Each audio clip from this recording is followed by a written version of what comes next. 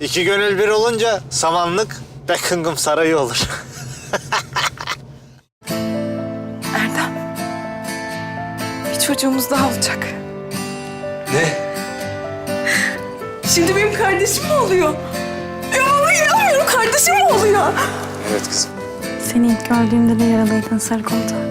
Daha önce hiç çimento çorbası içmemiştim ama. Beni tedavi etmekten bir bıkmadım. Senin yaran dışında değil.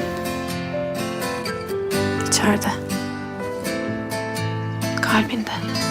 Söz yeni bölümüyle pazartesi akşamı Star'da.